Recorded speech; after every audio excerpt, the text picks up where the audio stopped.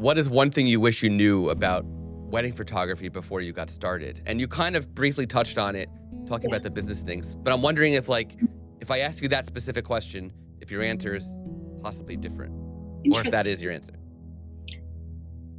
That I wish I knew before we entered.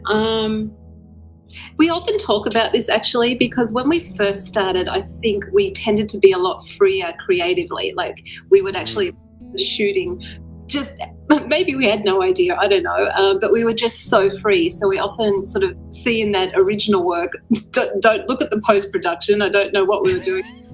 But it's fun to revisit. But we're actually a lot freer. So I would say like really embrace those beginning years, because sort of over time you do tend to streamline. Well, I think we all love the creative side of wedding photography. We love to get in there with our couples.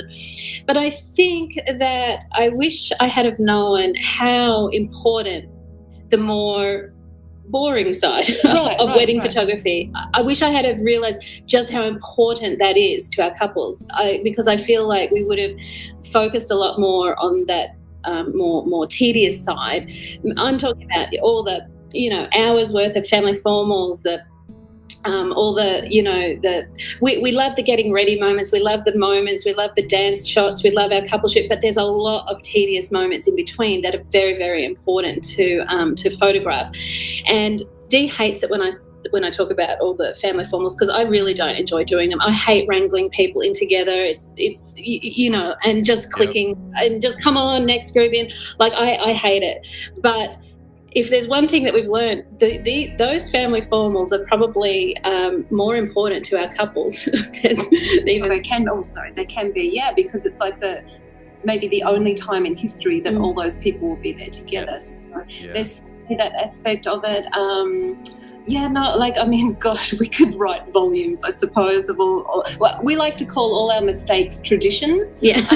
So that's just the best way to put it. Like, we've made so many mistakes, but that's how you learn and evolve. There's not one right way. I don't think that we've ever, any big mistake that we've ever made, we've never really made again. Right. After every wedding, Dee and I would always do what we call the hot wash. Early on in our career, we would sit in the car at midnight after we'd done a wedding for 14, 15, 16 hours and just sit there and go, what the hell did we just do? But then, we would come back and after the cull and after the edit and the story comes together and you go, So there's a lot, and I realise that, Japan has taught us a lot. Japan has taught us a lot about service to people, that impeccable Japanese service.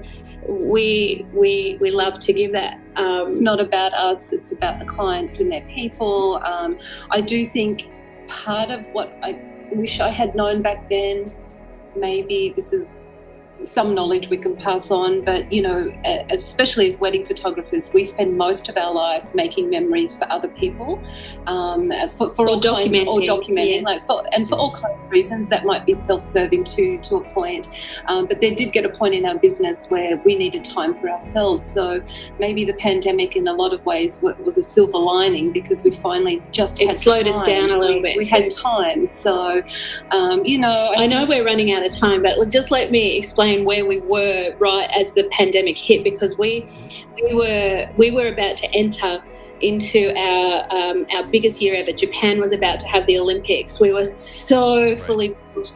We were speaking at WPPI, and we were to fly back to Japan just for one night for a wedding back here.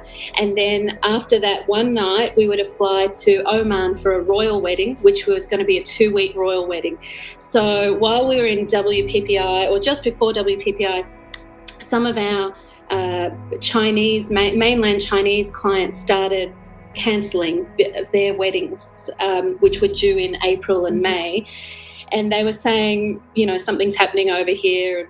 So while we went to WPPI, Dee got more emails constantly over and over, and then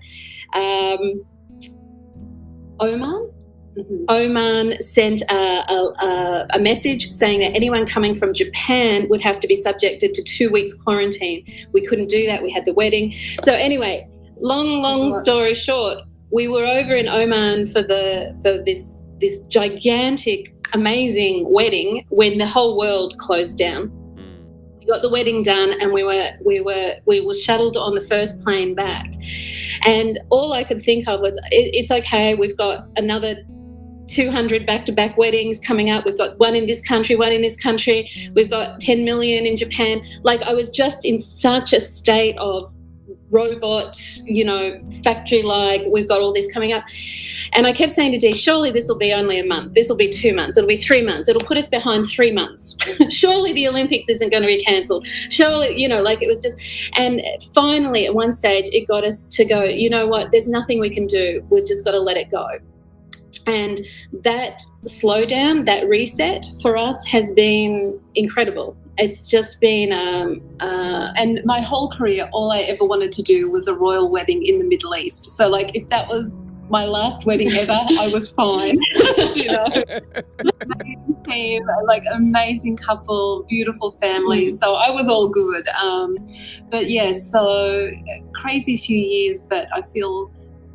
we've had so much happen leading up to that point that just to have time. But this time having this time has taught us that even though we're coming into this mad year where we've got all these back-to-back weddings to reschedule, we are also making sure that we're putting time here for ourselves, because that was something that leading up to the pandemic we didn't have. And I'm sure that we were going to head into some sort of severe burnout, which we've always said to our team, take care of yourselves, let us know. We've always said that we always take care of everybody else. I think it's very hard for all of us to really sit down and say, no, I'm going to take care of myself.